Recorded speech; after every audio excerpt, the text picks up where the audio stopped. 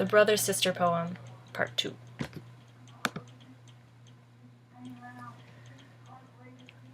My little brother grew up in secret. I did not notice at first the way his voice deepened when hair sprouted from his chin, the moment wisdom pierced his eyes. Try as I might, I am uncertain about the first time love gripped his chest, and I was not as present as I would have liked the first time he tasted heartache and gagged at how bitter it was. I so wish there was more you could have learned from my pain instead of feeling your own. I so wish I could have shouldered your burdens for you. Still, just those two kids trading secrets and Halloween candy, me holding up an already opened package. This is everything you need to know about depression. Him offering palms up the pretty, empty wrappings. These are the expectations of others. You were always such a fast learner. Growing up at the same time I did and surpassing me ever since. I would have been more jealous if I were not so impressed, if I were not so inspired, if I were not so proud of all you've become. You brought me warmth in a shattered house. When we finally attempted to organize the chaos, you were still my faithful companion. I spent many nights crying with worry, blaming myself for the cracks in your foundation. Brother, this is what I would offer you. That man does not precede super. Though you have shown me incredible strength, the world does not reside on your shoulders. The world would have you believe that man must be fearless, man must be feared, man must have everything put together.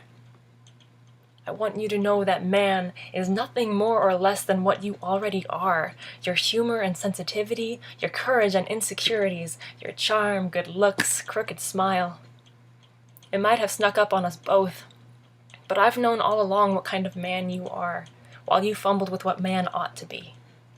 There's no such thing as a good man or a bad man. They are all capable of both. You are man, blood and bone, skin and eyes, muscle, hair and teeth, legs and arms, soul.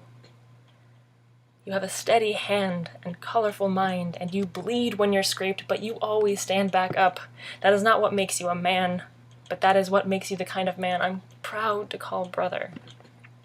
The one who taught me to ride a bike, but not before teasing me for not knowing how. Thank you for sharing your world with me. Thank you for not being too embarrassed of me.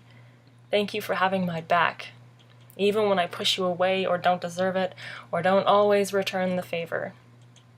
Thank you for the hugs and the laughs, and for calling me on all my bull. Always and forever my first and best friend. We share what little we have, and we walk side by side. When you stray from the path, I will try not to hold you back, but I will always be there when you return, holding up a wrapper that has not been opened yet, and hopefully won't be bitter.